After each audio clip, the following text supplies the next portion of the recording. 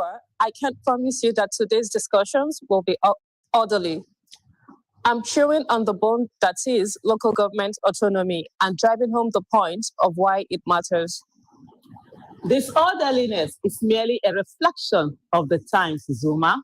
I'm speaking on Nigeria, a country full of captured people. A reflection of the times or individual expressions. I'm calling into question our current brand of role models and activists.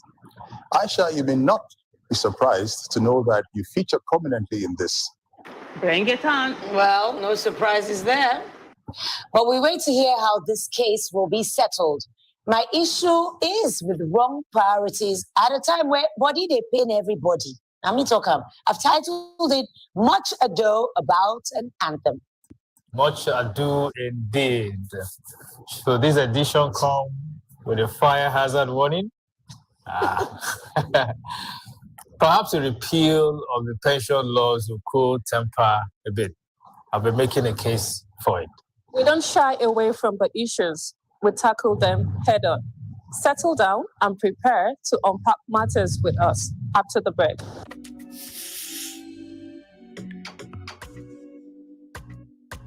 Local government autonomy, why it matters. Did you know that local government is Nigeria's third tier of government? Did you know that primary education and health education are some of the primary functions of the local government? Did you know that local road infrastructure, provision and maintenance is part of the function of the local government? Nigeria is a nation rich in diversity and potential. Yet, for many Nigerians, the promise of a better life feels distant. The potholes on our streets, the overflowing bins, the lack of a decent playground for our children, the poor primary education, poor primary health care, inadequate adult education, and the lack of vocational centers are part of the fallout of lack of autonomy. Those issues directly impact our daily lives and are too far for the states and federal governments to address efficiently. Sometimes last week, the Minister of Justice filed a suit at the Supreme Court against the 36 state governors seeking the enforcement of full autonomy of the local governments. The suit covers prohibiting state governors from embarking on unilateral, arbitrary, and unlawful dissolution of democratically elected local government leaders, permitting funds standing in the credits of local governments to be directly channeled to them from the federation account as opposed to the joint account. Stop state governors from further constituting caretaker committees to run the affairs of the local government as opposed to the constitutionally recognized and guaranteed democratic system. Restraining governors, their agents, and privies from receiving, spending, or tampering with funds received from the federation account for the benefits of the local government when no democratically elected local government system is put in place in the state. The implication for the average Nigerian is a new dawn in reaping the benefits of democracy. Local leaders understand the unique challenges of their communities, and autonomy allows them to make decisions and allocate resources to address those challenges directly and faster. I look forward to my co-host thoughts on local government autonomy. Inka. I think that, I agree absolutely with the advocacy and the fact that the government at the local level should be what every Nigerian first experience before they experience any other thing. Unfortunately, what we have in Nigeria here is that Nigerians experience the federal government first before they even experience the state. Yeah, in some form, before they even experience the state or all the local governments.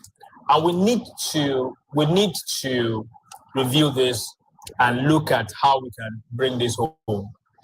In 2003, the governor of Lagos State then, who's now the current president, President Tinubu, created 37 local council development areas from the 20 local governments in Lagos. And we knew what happened, with the with the federal government then, and then it snowballed into a During Obasanjo's term, yes. But you see, the idea, so taking the politics away from the class, the idea really was the fact that you need to create local councils that are close to the grassroots, so that people can feel them. Today, Nigeria has 774, and in my mind, it's like, that's too small. We need to really break this down into smaller councils and everything, and give them the power of the Constitution itself to give them self-funding. In fact, governance Sustainability. in a way, so that we can bring development down to the grassroots. Thank you, Aisha. Well, for me, I'm always in for local government autonomy. It's long overdue. And when people talk about the fact that we need to hold the local government accountable, I'm like, how do you hold them accountable when you're not the one who bring them in? They are under somebody's authority. So it's really important for us to begin to work on this. And there's so much that they're supposed to do, like you rightly mentioned that, but they're not doing them because at the end of the day, governors just put in their stooges. Yes. If a president cannot just come and just remove a governor and put his own caretaker governors, then why do governors also have those powers that they will go in and do those things? So for me, it's something that I've advocated for years. I've talked about it for years, and I think that's just the way to go. And while we are not there yet, it makes me wonder. And that's why I always say the legislative arm of government, we need to focus on it very well. But this shouldn't even go to court. If they can pass the law on a national anthem so quickly, why are they not doing things that really affect our lives? Yeah. It is Kate. Talking about low-hanging fruits. The local government is a low-hanging fruit that can connect easily with the people. I mean, I hear what Yinka is saying. They need clients, basically, services as close to the people as possible without interference from anyone. Really, how do the people feel any effect if we have to keep looking up when we can look down and straight ahead? And we should be able to go and knock on somebody's door, like you have the councillors in the UK. Around, and I agree with you, there should be more. 774 for over how many million of people is simply not enough, because then you're basically going to have whatever services that they have stretched and not going round to the supposed local government. So they're being stifled and, compressed, suffocated. They need to be let loose, set free to operate so that the people can have some sort of governance effect. Thank you, Nika. All right, thank you for that advocacy. And I remember that I think I raised something similar to this a few weeks ago when I was here. And I usually like to go back to the citizens. A lot of people don't like when I do that because they say, the government is supposed to be responsible. But I think that it starts with the citizens. We need to be very much interested in participating in the local government areas than the state government or the federal government. We need to be interested. If you don't vie for those posts, then the governor can put anybody they want there. But the point is that if we have more quality people who are interested, including myself, you understand, including all of us, if we go for those local governments and we decide to function there and compete there, you may not make it in the first year, second year, or third year, but there are so many people. You have just one president and you have 36 governors, but you have the opportunity to be part of 744 local governments. 74 local governments. So I think it starts with us. Like my estate, like I gave an example, somebody is in charge of this, is in charge of that. We try to call meetings. The management doesn't want to listen to us. Eventually, we'll force them to listen. It is the same thing. And finally, I would just say back to what Yinka is saying. If you cut it down, and the local governments are even much smaller, or the councils are even much smaller. So each person is having to take care of maybe like 500,000 people or 1 million people, if it is not too bad. Then we can get closer to ourselves. But we can't keep pointing, and saying that, that legislation to do. Yeah, the legislation can be passed. But the point is that quality people need to go in there and choose to be part of it. How do they get in if the governor is in charge of the funds and who he puts there? How did the governor get in? How did he get in? How did the government autonomy? He was put in there now. There's no local government autonomy. I don't know. I think this is one of the best initiatives or moves of the current administration to ensure that there's a lawsuit against these governors. The moment this passes, the next thing we must do, as elites or whatever we like to refer to ourselves as, we must go in there and participate. Otherwise, we're just going to keep talking every day. You know, I think that I like the idea of the lawsuits. They're going straight to the Supreme Court, but we don't have to wait for that. We could have just amended the Constitution. Simple as ABC. The issues that we are facing here are the issues they are going to the Supreme Court to resolve. It's a constitutional issue. Yes. So the National Assembly could have just sat down and said, okay, what's the issues? We want autonomy for the local governments. Then let's give them autonomy from the Constitution. We want more local governments, so let's create more local governments and put them in the Constitution. Because the problem we have really is that this sovereign rights of default, it's in the Constitution. There you go. So you can't change it until you go back to the Constitution. And I think that provision needs to be removed from the Constitution, such that if every state, for instance, feels like I need to have 100 local governments, all right, they should have provisions within the Constitution that allows them to be able to do that within certain restraints and things like that, so that we can bring development to the people at the grassroots. Yeah. When the case has been made, we can focus on pushing for implementation. Right, Aisha? Absolutely.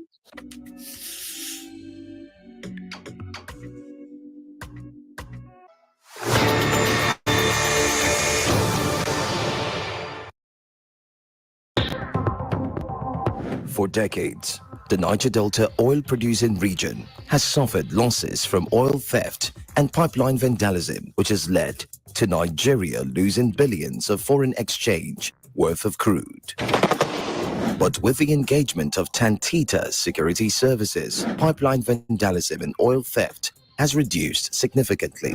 Tantita Security Services is an internationally recognized security outfit based in Delta State. Tantita specializes in providing professional security solutions to the oil and gas industry through a strategic partnership with the Nigerian National Petroleum Corporation Limited, NNPCL, with over 1,000 plus field agents, 30 plus operational and combat boats, 10 ground-to-air drones. Tantita is changing the narrative around security in the Niger Delta. Tantita Security Services, dedicated to putting an end to oil theft in the Niger Delta.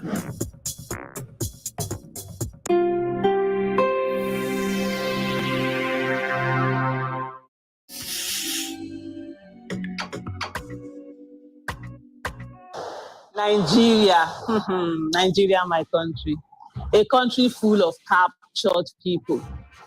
At an event I attended last week, the national anthem was to be sung. And instead of the national anthem we all knew and have sung for the last 46 years, an older version that it replaced was sung.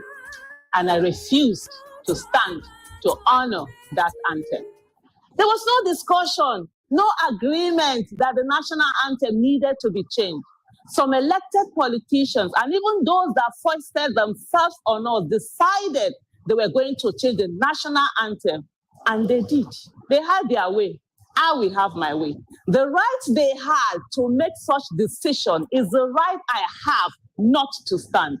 As usual, there were different reactions to the fact that I refused to stand up to a national anthem foisted on us without consultation. Many called for my arrest for disrespecting the nation, and some said what I did was a treasonable offense. I actually laughed in 3D. They were not angry that they had been disrespected by those they voted to represent them. Neither were they angry that a man decided he didn't want the national anthem, and at the slight opportunity he grabbed and ran with. He changed the national anthem with impunity and disdain for the people. What a people. What a captured people. A nation of over 200 million people reduced to being like toys that I toyed with disdainfully. As for those calling for my arrest, let me tell you something. I will rather go to prison 100 times than stand to an anthem that was foisted on the people without consultation. It is one thing to be disrespected and stripped of dignity by those we voted to represent us. It is another thing for us to disrespect ourselves and strip ourselves of dignity by accepting whatever obnoxious law passed without consultation with the citizen whose office is the highest office in the land. I refuse to allow anyone disrespect me or strip me of my dignity as a citizen of the Federal Republic of Nigeria. Kate Alpha. Here, here. Here, and the beat goes on.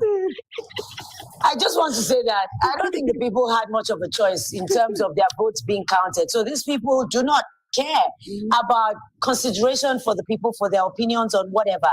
The trend is becoming too obnoxious, too open, like they don't give to FA. You know what that means about the people. They don't care. They're so far removed from what is going on. And it's like, I like it, I want it, I buy it, and I get it. And there's nothing you can do about it. Because if it could be changed, I think it's just taking us back to the slave mentality. Nigerians wrote this anthem, but that's going to my advocacy. It's your right. The more onus is on the people who are there to serve us. They are there to serve us. Let's not get it twisted. Okay, Yinka, I see you're eager to say something. Me? Go ahead. Yes.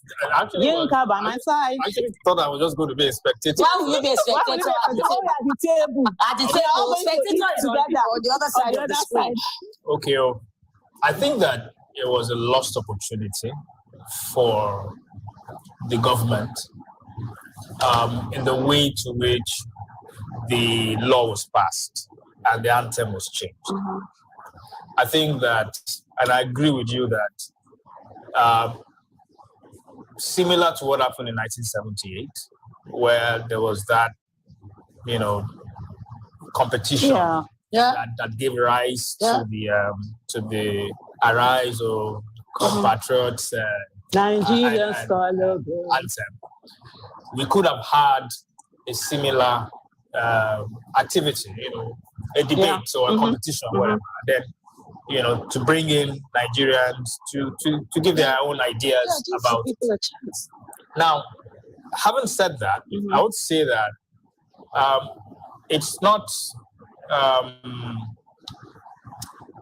the agitation for change of let me not use agitation. I mean, the quest for the change of the national anthem is not today. It has been there. All right, maybe not loud quest, but it has always been there, and it has been there, among Nigerians that are maybe much older, who view with nostalgia this national anthem. Even I myself, sometimes I find myself, I looked at how old was I when this anthem was changed. I was only about 6 years old, but I can remember the whole national anthem, which meant that for one reason or the other, when I was in kindergarten or nursery, I was singing the whole national anthem. So to that class of people, when they talk about the whole national anthem and the fact that it reflects our diversity, the unity of our diversity, they talk about going back to that. And then you now have our president who campaigned on changing that. So sometimes also elections have consequences. So in a way, when you look at it, yes, it was a lost opportunity, but it wasn't as if he didn't do what he said he was going to do. Okay, just run out of that. So that's my own view, on the subject, and I think that it was a lost opportunity. They should have engaged Nigeria. It would have been an opportunity to cure some of the issues, some of the wordings around the old, things like D. What is D? The spirit of Nigeria. You people are heavy. Native land. That's locals. You are the locals. We could have cured some of these things and really reflect an anthem that reflects our modern realities. So for me, I think there's a lot of ridiculousness around the agitation about whether it was changed or whether we were consulted or not. If we allow the government to trigger us, to say the things that, to show how we don't have things to do, then we're just falling into their traps. There are more important things that we perhaps might even want to be able, as much as we say that that is more important. There are more important things that we too could have, focused on, and in terms of asking us, could that be what they call referendum in the UK and any of those places where they say, do we go Brexit or not? I cannot remember in my how many years of living in Nigeria that anybody asked me those kind of questions. And frankly, right now, I'm not about to answer anybody any of those questions. If I was asked which or which, I would say, Mr. President or whoever it is that is making that decision, can you just get that done, perhaps in 2 hours, so we can get on to the next one? If you want to change it, go ahead and change it. If you don't want to change it, leave it.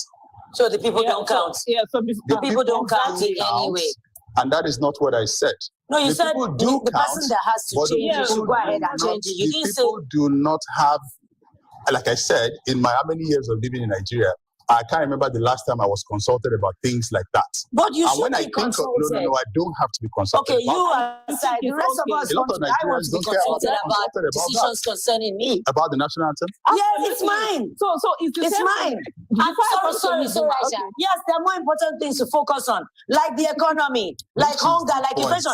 It's not the anthem. Which There is are the really point? more important things. Which So, is the point? so before I go on to Really? Zuma, it's just to say that you just contradicted yourself. Earlier on, when we were talking about Zuma's advocacy, you talked about citizens. You blamed the citizens. You're quick to blame I the did not citizens. blame the You did blame them. You I think did. They don't run for Do office. not change my Hold words. on. I did not We will blame go the back and when citizens. they did you check say? the receipt. Citizens should get up and participate. And so that's the That's blaming. not They don't always do it. So No, they you have cannot better use things to languages that do, are not and correct. that's the reason why That they are is not a very going wrong into language this. that is But not anyway, correct. Zuma, it's your turn. let's talk about it. Concern is the fact that I can sing the anthem. I don't know where I got it from, but the moment I said, "Oh yeah, I know this, I can sing it," so From your I'm worried. subconscious. From my Maybe. subconscious, I was worried. Maybe you were born before. I hope not. I wouldn't want to do this country twice. Oh, Anyway, wow. I heard that. so my thoughts about the new national anthem. I feel like the timing is very wrong. Nigerians have had to deal with so many different changes in the past 1 year that we are just trying to adjust to. I don't think it's the right time to change the national anthem. And I don't think, even if we're going to change it, I don't think that should be the crux of conversation on the 1 year mark of this current administration. It could People that don't that, have wa- much that, to that was like what everybody was talking about. We should be talking about other things, not, we have to learn a new anthem. The government, again, on this particular situation, not impressed. And also on the choice of anthem, I am aligned with Yinka in that space because, again, there are so many things. It could have been an open contest. It could have Which kept it Yinka? open. Your Yinka. We could have had a whole lot of, there could have been a lot of fanfare around this to yeah. drive unity, to drive inclusion across all the regions, across all the sector, get the young people Mr. involved, get the poets and all of that. We can definitely do much better. But again, we are where we are. We have a new anthem. We are where we Nigeria, are. we hail thee. Well, where? For me, Yeah, Aisha Yusufu, my anthem is You'll be singing And the it thing alone. is that, also to just quickly add, is the fact that, we see certain things, they are testing the ground. So if they can pass this, with Oh, such you impunity just watch in this one space. day, Yep. everything, the first, second, third reading, House of Rep, for Yep. the Senate, first, second, of the same day, and then 5 days later, the third day. Rubber stamp. So what do we expect? Before we know what's happening, we'll be having live presidency. Standing for our convictions can sometimes require us to sit apart from the crowd. It is the cost of true patriotism. Patriotism, we are taught that patriotism is an expression of building one's nation, not tearing it down.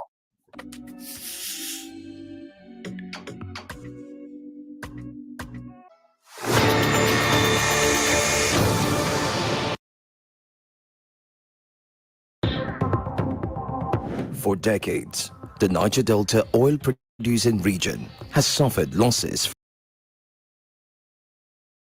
10 ground-to-air drones, Tantita, It seems.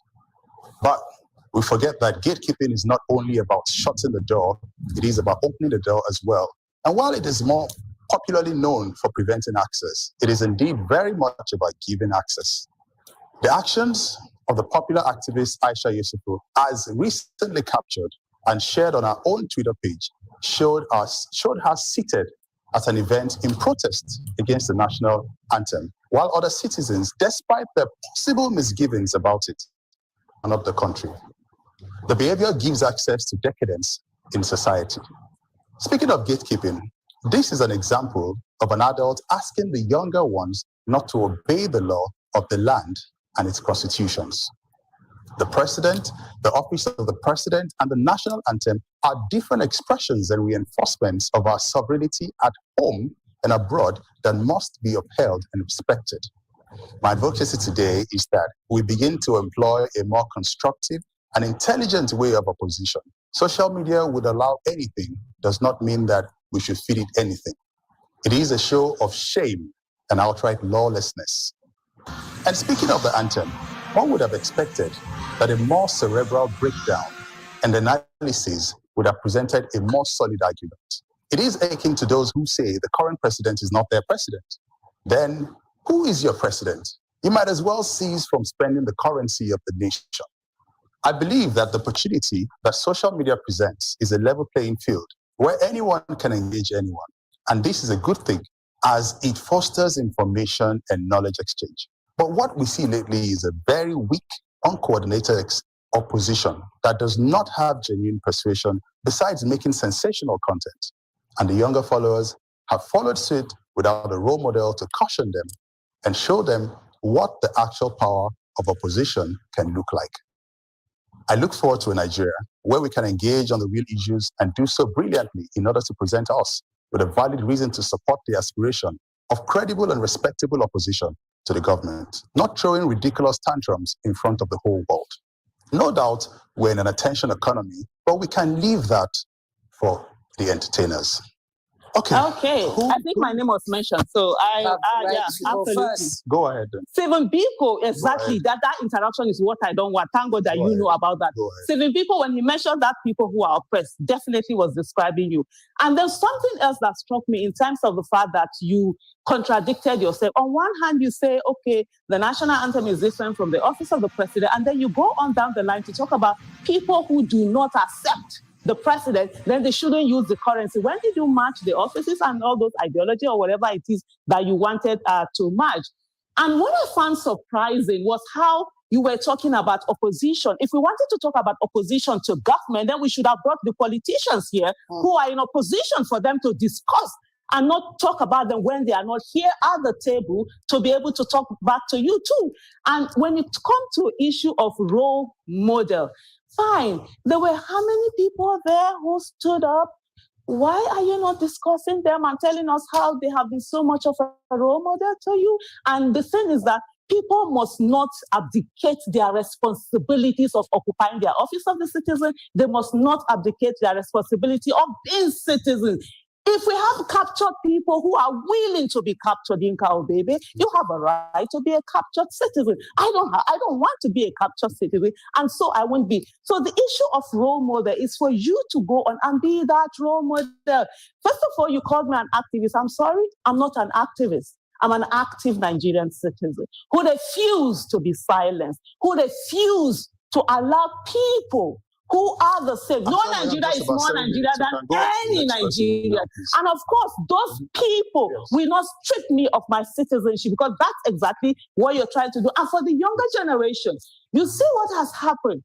This country is as dead as it is because we have people who decided that they are not citizens, they are slaves. And they allow people to walk over them, do everything on them, and continue to allow you specifically mention my name. So I have a right of response, and I will respond to you. And the way I sat down here and listened to every word of ridiculousness and every insult you try to put there, you will also sit down and you will listen to me. And you know another thing also is the fact that the people who are educated, they are the worst kind of people we have in this country. They are the mentally abducted people who come out and put a persona of intelligence. They think they're intelligent. The next person issue, if you wanted us to quickly move on to the next person, you should not have mentioned Aisha Yesufu. You should have spoken on your advocacy. You have 7 minutes and you can take up 7 minutes. Aisha Yesufu.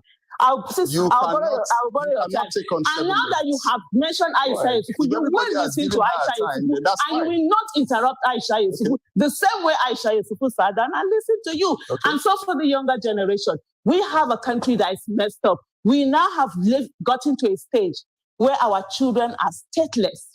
They are running all over the Nigerians world are not looking for stateless. where they will call home, because we have Please, people can we like go to the Yinka next person, Odede please? who have said that they are captured and they have a Can right we to it. go to I the don't next have any person, issue please? with that. But please ensure that when it comes Aisha, to you are Nigeria, you stand on what you ridiculous. did. Can I- You said that action. before, and I didn't interrupt you. You've said that before. Twice. There's no amount of rebuttal you want to give that changes that. You can listen I don't to my want to change advocacy it. again, No, and you probably understand it better. I don't Can we want. go I don't to want you, to change please? your advocacy. You have a right to it. Okay, so for me, you can hurt me and tell me how to react. If Aisha chooses to sit while as a sign of defiance towards the change of the national anthem, that's her call. I don't think she deserves to be called out for that. And talking about opposition, right? There is no, what's the word again? That opposition are not opposing well, right? Again, there are no templates for these things. People oppose the way they know how to. People act the way they know how to get results best. So if noise making works for the Thank opposition, God for using that word. let them make it. It gets things done. If entertaining works, if it gets the message across. Oppose however, advocate however you choose to advocate, as far as it works for you. If I was in that room and that venue at the time when the national anthem was sung, I don't necessarily agree with the process of bringing a national anthem. Would I stand up? Yes, I would. I would stand up. Not because I believe that the national anthem should be changed or not. It's because I believe in the symbol of what it represents. Mm-hmm. And, you know, when you think about the national anthem, it doesn't stand in unison. It stands with the flag. It stands with the pledge. It stands with the symbol of our sovereignty. And so when we are called to give that pledge or that whatever, we are called to respect and give obedience to that representation of Nigeria. So I would not have, sat down. Maybe I would have refused to sing it, but I would have been standing. But do you know it? Yes, I know it. I know it. I mean, I know it. I know it by heart. The first stanza anyway, not the second one.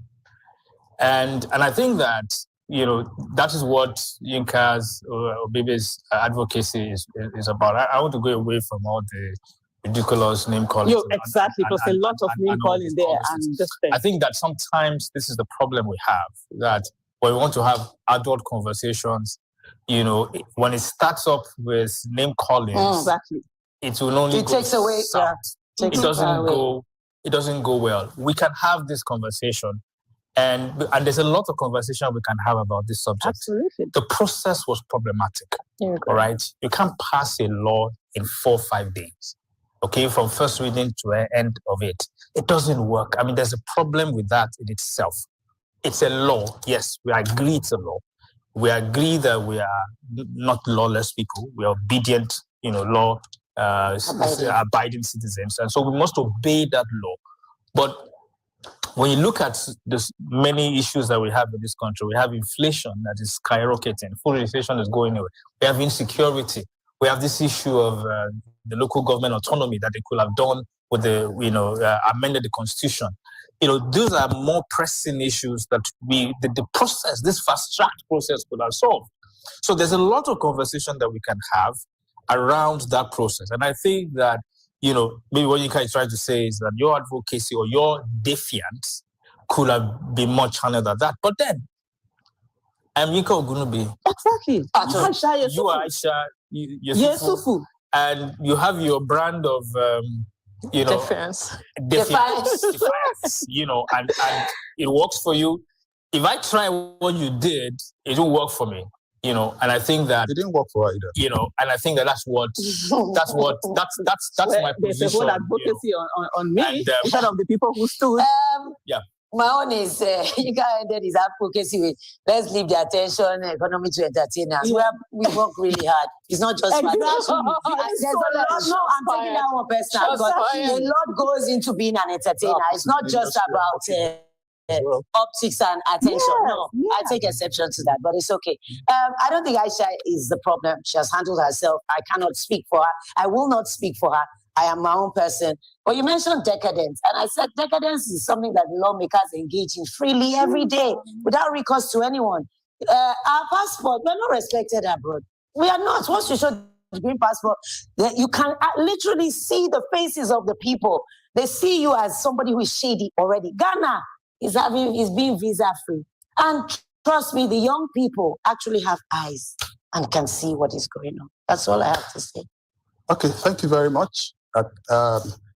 There is no substitute for walking the talk.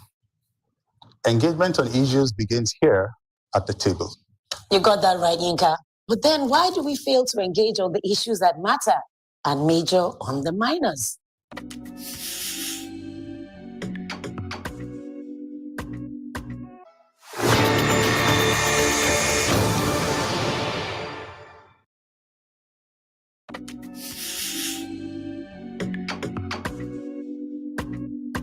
Much ado about an anthem. Arise, O compatriots, Nigeria's call obey. And indeed, a call for entries was made for a new anthem to replace the old one from the colonial masters. And out of 1,499 entries, 5 Nigerians were among the finalists and eventually penned a new national anthem in 1978. They were of diverse professions and vocation, a woman and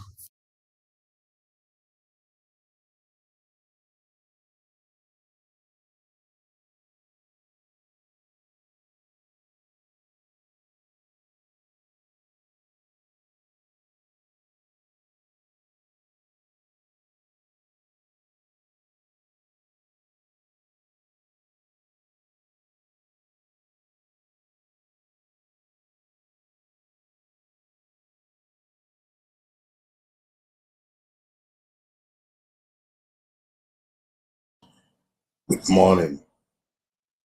How is your Sunday going? I hope you're all good. Welcome to a brand new week. I want to speak to the subject, stay awake. It's an invocation, an appeal that you should stay awake, or as they will say, or they are saying in street parlance, G, masun, no sleep, wake up. You understand? I have a reason for urging you to stay awake. And I'll try and explain. Back in 2020, about this time in 2020, I had reason, maybe even as early as about April, May 2020, I had reason to speak with a few friends. I know as a fact that I spoke with Baba Ogunlanu. I discussed this as well with, yes, Yele, wise man, yeah. And I spoke with a few of the people within the different movements where we've believed together that something fundamental has to change about Nigeria. So we've spoken about the required changes in revolutionary terms, even though we might not have always agreed on methods.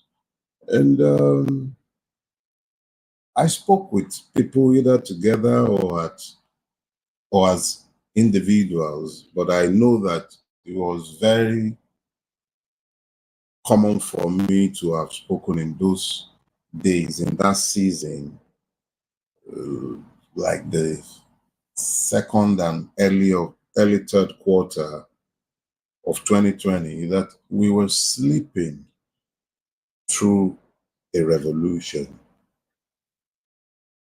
And some of them would ask me what I meant when I kept insisting that we were sleeping through a revolution. But even I wasn't completely sure of why I felt like that. But intuitively, I sensed that we were missing something in that season. So I just spoke blithely about us sleeping through a revolution. And then we entered the last quarter of the year. And then you had the series of protests against police brutality, which snowballed eventually and became the NSAS protests.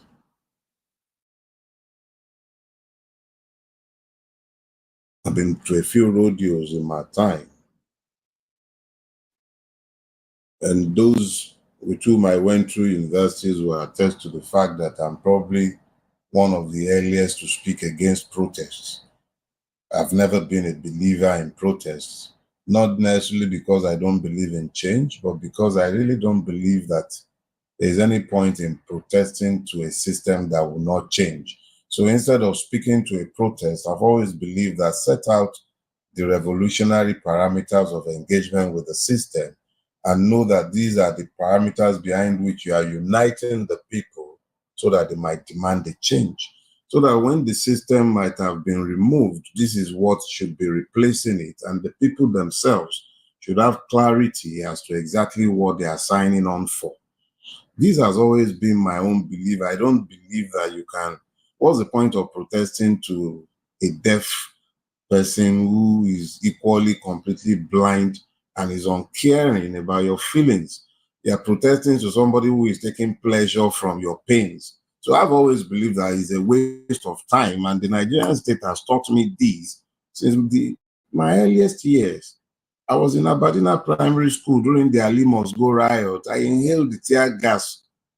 I had to go through Olorogun Creek to go back to my house at Olorogun, at Second Gate. So exactly what is anybody going to tell me about the Nigerian state when it had already been introduced to me so early in my life? There is a big, the other day I posted a video that I saw online of some young man who was being slapped, happy slapped by a soldier, whether that was a cadet soldier or a commissioned soldier, I don't know. But the important thing is that this person was in army uniform and he was slapping this hapless minor silly. And I said, believe it or not, when I was in Oscars as a 16-year-old boy in Oscars in Ife, 16-year-old boy, I was similarly slapped by a police officer. It's nothing new. That's the Nigerian state in its naked form. It doesn't pretend to be anything but that. And you, even though you might delude yourself, that is what it is. In my youth, Abiola's children were slapped by Air Force officers, despite all of his monies and influence. That is because Nigeria is found on impunity. So it's completely normal to me. So when they started the protest, thought nothing of it, then it became quite intriguing because whilst they started with NSAS, the sun snowballed, end impunity. I said, aha, these kids are beginning to get it. Said, end bad governance, I laughed. End corruption. What became as a single issue protest became a revolution in disguise. The revolution had told our friends that we were sleeping through. So instead of us to have prepared and offered the people an opportunity for change, we became reactionaries in the moment when we should have demanded substantive change of the Nigerian state. Reactionaries, I say, because, and this is where we need to stay awake. We need to stay awake. I say we are reactionaries because the Nigerian state spent time, committed resources, great resources, to making sure that the people forget what it did at Lekki Toll Gate. Lekki Toll Gate was in the first place where the Nigerian state had displayed its brutality, murderous brutality. I'll remind you that a few years before, Muratai's convoy had murdered over 430 Shia Muslims. Those are in my figures. Those are figures that comes directly from the Kaduna State Commission of Inquiry. So, Lekki was merely something that they believed had to be done. But we, who were sleeping through the revolution, who ought to have known that that was what the system would do, what did we offer the people? Even when the state turned around and started denying and playing all sorts of propaganda games, hounded DJ Switch out of the country, I salute the courage of the victims who came out. Abira Ayuku, who coordinated the victims, Baba Ogunlana for his tirelessness, Ayo Atemilui, the Revolution Now crew, and a host of others. The truth came out. Every member, hear this, every member of the Lagos panel were appointees of Jide Sanwo-Olu. Every one of them. Some came from the State Ministry of Justice. But the unanimous finding of their panel is that there was a massacre at Lekki Toll Gate. I don't need them to tell me that. I know that already because I had to deal with survivors.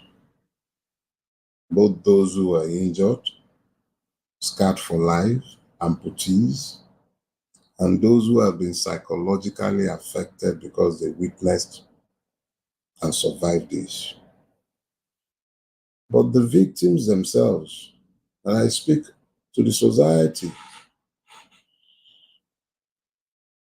they slept through it because we also allowed them to sleep through it.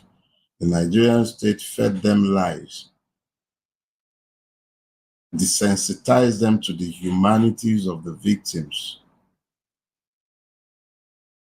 The fact that the Lagos state government, through Jide Sanwo-Olu, paid cash, totaling 100 million to victims, proves the lies of their public denials. You hear me? It proves the lies. Let them deny it. So now you've got a situation where the truth clearly established makes it impossible for the state to deny its nature.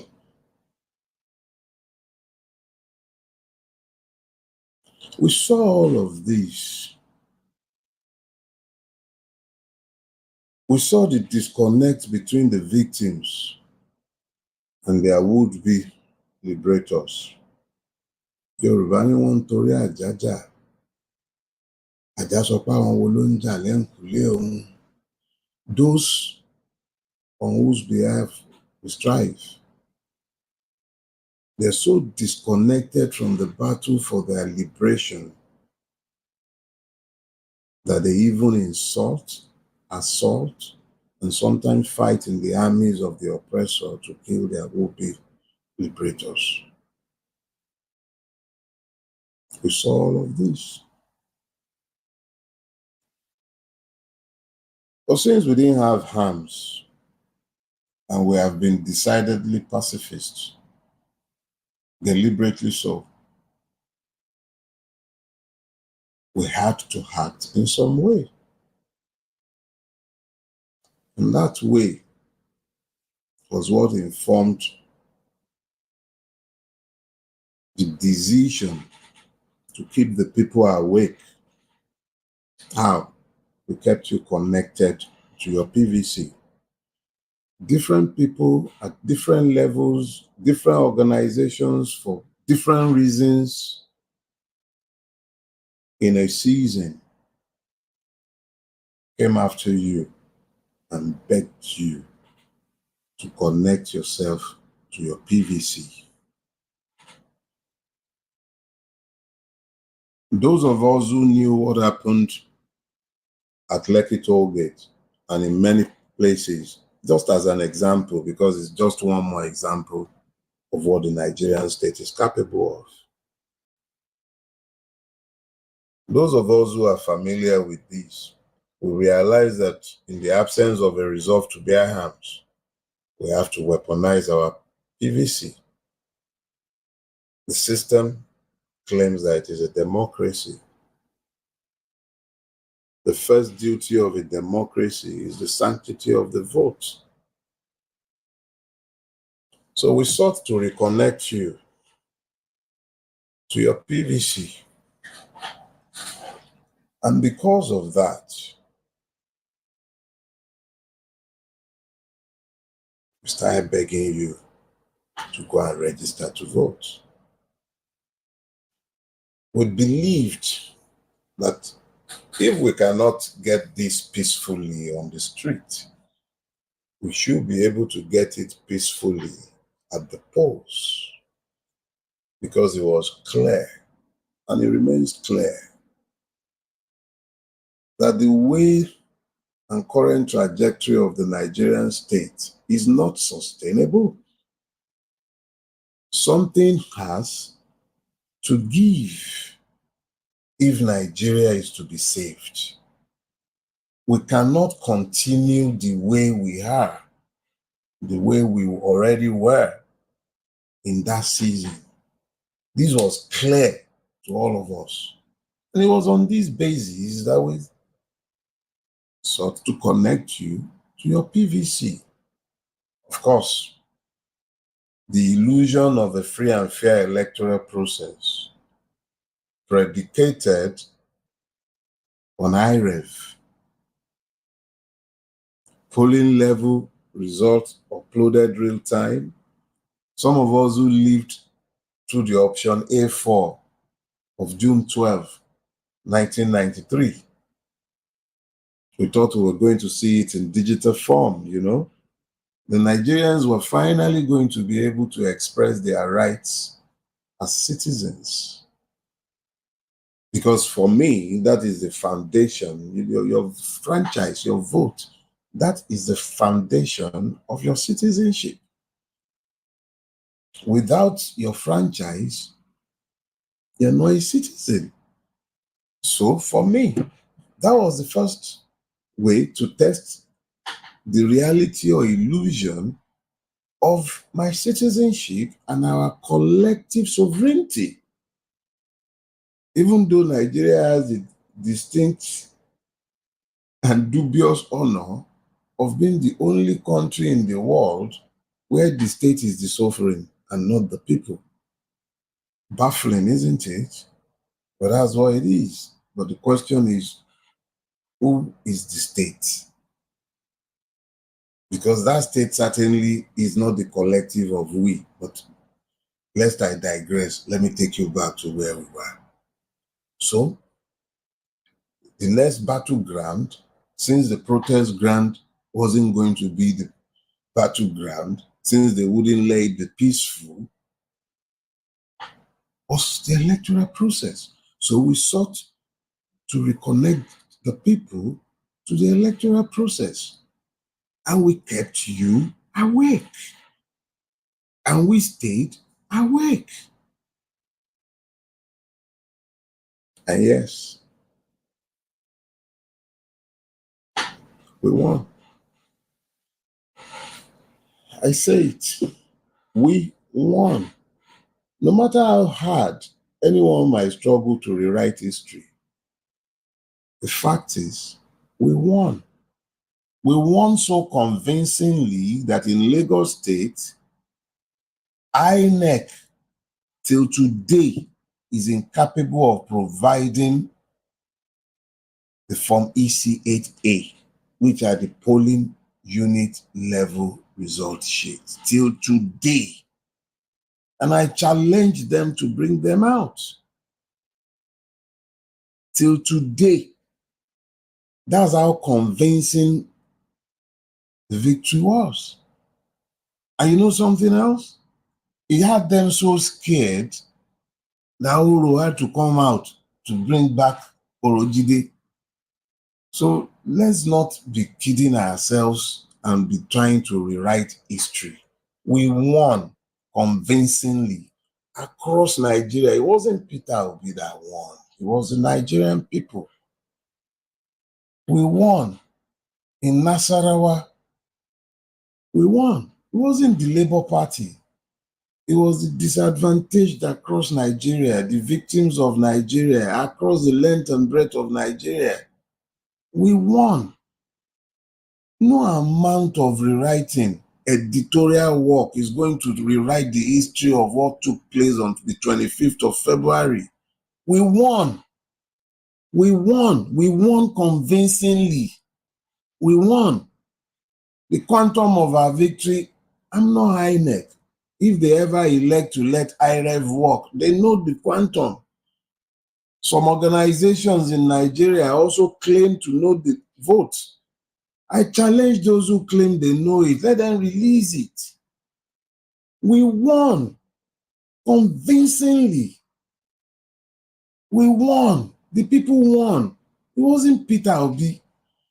That's the point I've labored to make for a few people. It wasn't about Peter Obi. Peter Obi was merely a totem. Before the election, after the election, he remains but a totem. If he deviates from the path that he has locked himself into, lockstep with the people, desirous of the same changes as the people, somebody else will take his place. If I fall tomorrow, somebody else will take my place. Nobody is sacrosanct. It is the ideas and ideals of change, which leads me to something else I've been meaning to say for a bit. We're already in a repressive regime. If anybody ever come for me, let nobody ever start any argument about free this, free that. Don't free me. I'll take my chances with the same court system. Don't even focus on me. Focus on the issues that we have discussed. It's about issues. It's not about persons. It's about the issues. Things need to change. We can't be traveling in this direction. Our children, are they going to remain refugees in foreign land? Are they? Do you want that for them? We won. Nobody is going to rewrite this history. This is the part where I'm saying, wake up. Jima soon. Don't let anybody tell you anything different. Wake up. Stay your mind up. You understand? Keep it awake. Stay awake. Don't let anybody tell you anything different. We won. And anybody who says that we didn't, any shred of evidence that they have, let them bring it out. We won. We won. Even those who stole the victory, they know. And anyone who continues to say that we are graduate, we didn't win, let them bring out what they have. Let them bring it out.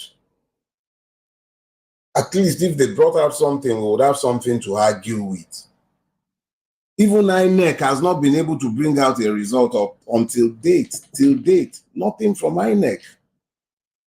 Nothing. I repeat it, nothing. Go to the site.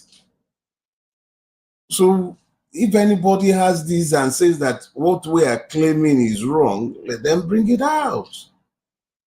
We won. We won. Now, I have been heard often making clear my total lack of confidence in the Nigerian judiciary is experiential. And this is also evidence-based. And if you don't believe me, remember the words of the retired Justice of the Supreme Court, an eminently qualified person. I can't remember his name readily now. But he spoke eloquently as to the state of the Nigerian judiciary. So this is not about what Dele thinks. It's about what has become an established fact. I knew all of these when I was urging that instead of taking to the streets, we should take to the court. I was one of those who came out openly to advocate that we took the judicial course. And I had my reason. It was critical that the judiciary be allowed to introduce itself properly to the Nigerian people. It was critical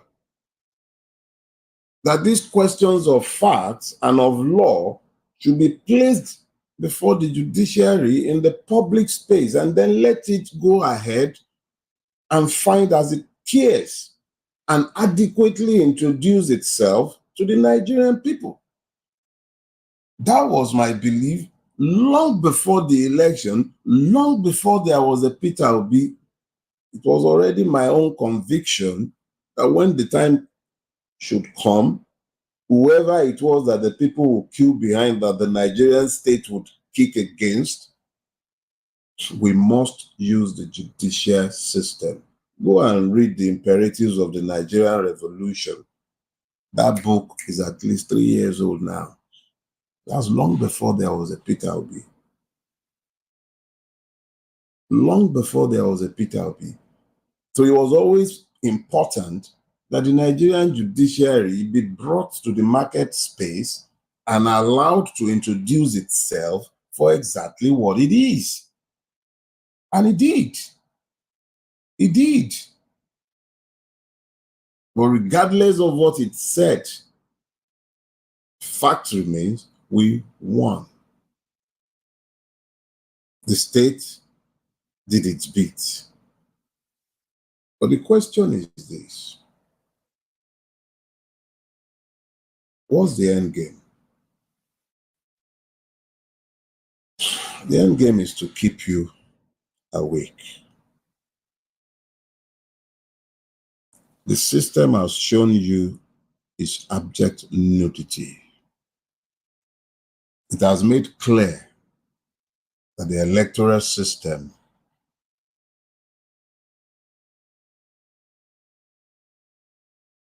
is completely useless and unfit for purpose as it stands. We have also proven that the Nigerian judiciary is anything but a place from where to seek justice.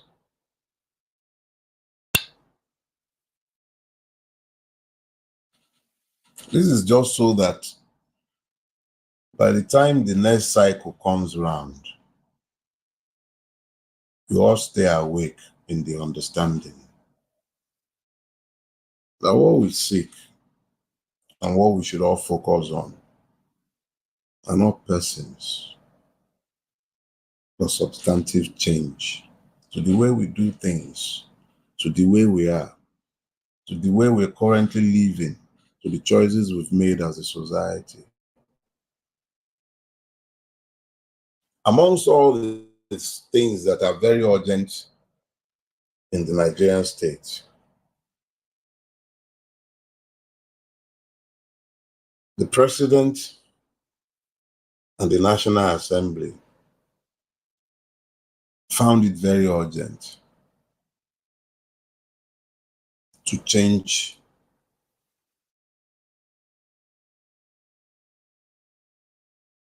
the national anthem.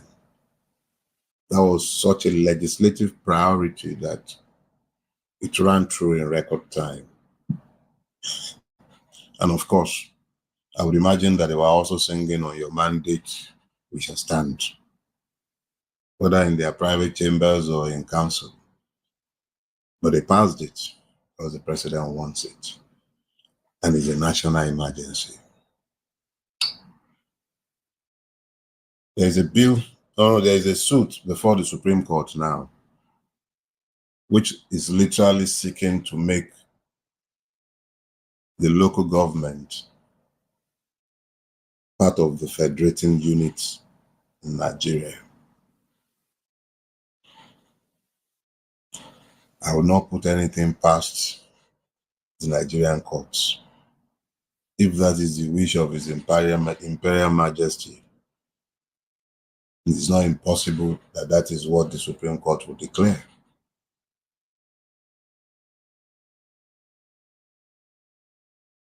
Those are important issues about which you need to stay awake. Because Nigeria is slowly but surely about to become the feudal, hear me again, the feudal republic of Nigeria.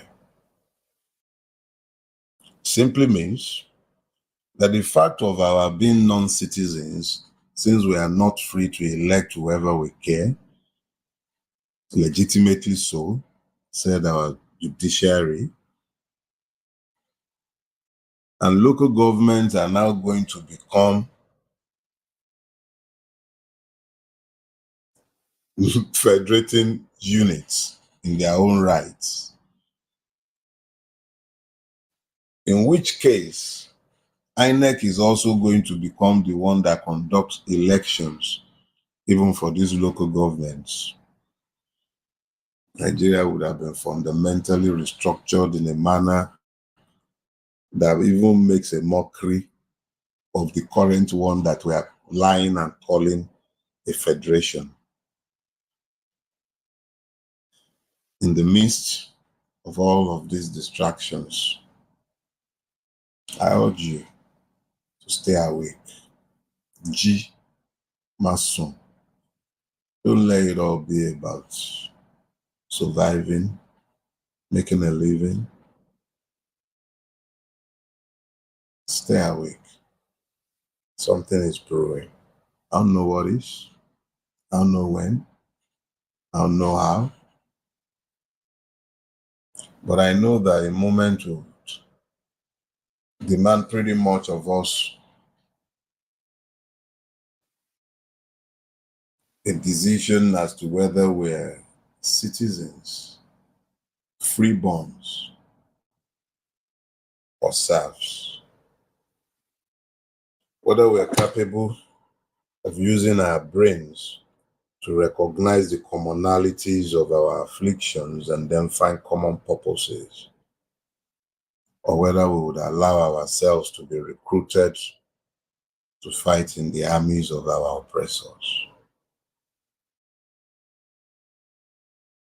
I sense that that moment is coming again. But I beg you, do not sleep through the next cycle. In 2020, we slept through a revolution. Stay awake. G. Mason. Ashiri. Oh, and yeah, have a beautiful week ahead. Have a beautiful week.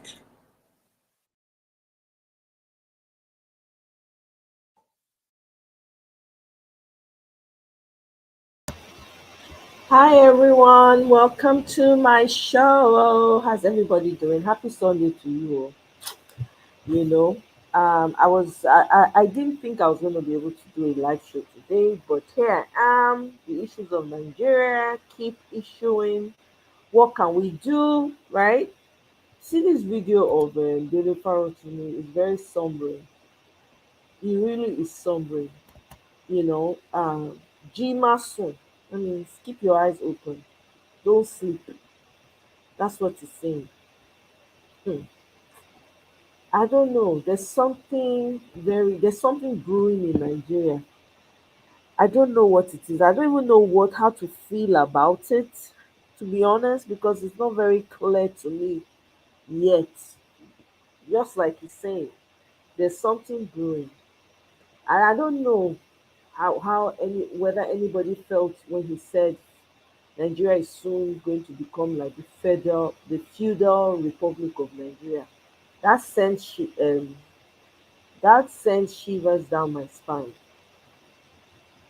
I'm telling you, it did. It's looking like that because nobody is doing anything. Everybody is quiet while this mayhem and balkanization goes on. The moment we had that we could have done what we needed to do was during the election. There's still time, but if only the people will wake up and realize that their neighbors are not their enemies, but the people in front of them, their government officials, their government is their enemy. How we, as a people just allow this man to steal the election and nobody made pim, nobody said pim, everybody kept quiet. It's getting worse and worse and worse. The man is going to come to a time. And I won't be surprised if they pass a bill to make this man life president. I will not be surprised. I think the last live I had, I said, if somebody knows how we can go about recalling the NAS members and the House of Rep members, they should share the information. Let's get to it. I know there are people also doing stuff on the ground. There are people sharing flyers and trying to educate the people and take the message far and wide. We have to do something. If you want to be a part of that, hey, the Twitter handles that are doing that is very visible. Please join in. Make whatever donations you want to make the donation. Because the truth is that, oh God, hey, they are sending girls to Ghana for prostitution from Nigeria. Did you ever think that a day like that will come where that kind of thing will be happening? Me, I never expected that something like that was going to happen. Never ever thought it. We have to be careful. We really have to be awake this time. Open our eyes to make sure we're seeing what's going on. Because it's not fun anymore. Oh. It is not fun anymore. It's getting worse and worse. They're taking people's money from their accounts without even explanation. There are people complaining that their monies are being taken from their bank accounts. No explanation provided. None whatsoever. Eh? Is this how we want to continue to live? Na question I ask o. Na like this we go dey see unto the fact say dem don make cow sef come get more citizen than human being for Nigeria. Oh God. Hey, wow. Cow sef come get more citizen, higher citizen than Nigeria. The cow get value. Una see for house when that woman dey talk about cow, how cow take get citizen. I just wanna see that video. I no fit play am for here. I'm sorry, I'm not gonna bring it here and play it. Nigeria is going down and down the drain while all of us dey fold hand dey look. So anyway, I'm not come here to come stay tey. I just wanted to bring that video of Aisha and also for us to also listen to Daily Farotimi, because it always makes sense. It always makes sense, you know.